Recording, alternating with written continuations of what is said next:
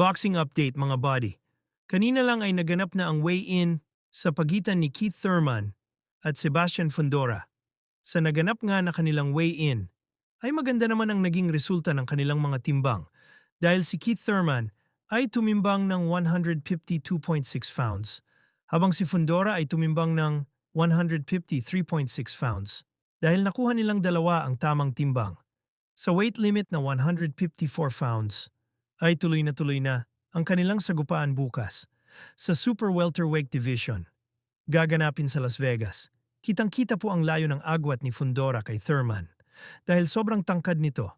Pero sa pahayag ni Thurman, easy work lang daw sa kanya itong si Fundora. Parang puno lang daw yan. Napapalakulin niya. Samantala, sa kanilang naging weigh-in, may pasabog itong si Thurman dahil nagdala siya dyan ng mga bata niya na may mga hawak na palakol. Mukhang desidido si Thurman na tapusin at pabagsakin itong si Fundora gamit ang kanyang malapalakol na kamao. Samantala, kapag nanalo nga si Thurman sa laban na yan, isa na siyang ganap na world champion.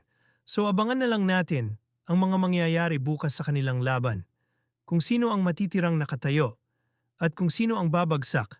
Samantala mga body, aminin man nyo o hindi, alam naman natin na sabik na tayo sa nalalapit na laban ni John Riel Casimero kontra kay Luis Neri.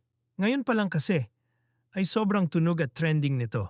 Ibang klase talaga ang isang angas ng Pinas. Dahil siguradong madaming Filipino fans ang mananahimik habang nanunood ng laban. Kahapon nga mga body. Post ni Casimero, ang malamalunggay pandesal niyang katawan. So mukhang kuha na ni Casimero ang tamang timbang niya habang si Coach Jason Casimero naman ay kumpiyansang mananalo si Casimero. Sa live ni Coach Jason ay natanong siya ng mga fans kung tuloy pa daw ba ang Casimero laban sa Naoya.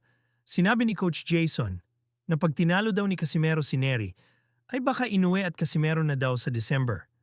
Ngunit pag natalo daw ni Nakatani si Inoue, baka Nakatani at Casimero daw ang matutuklasan natin sa December. Ano masasabi niyo mga body? Sana ay magdilang anghel si Coach Jason at mangyari na ang dapat mangyari.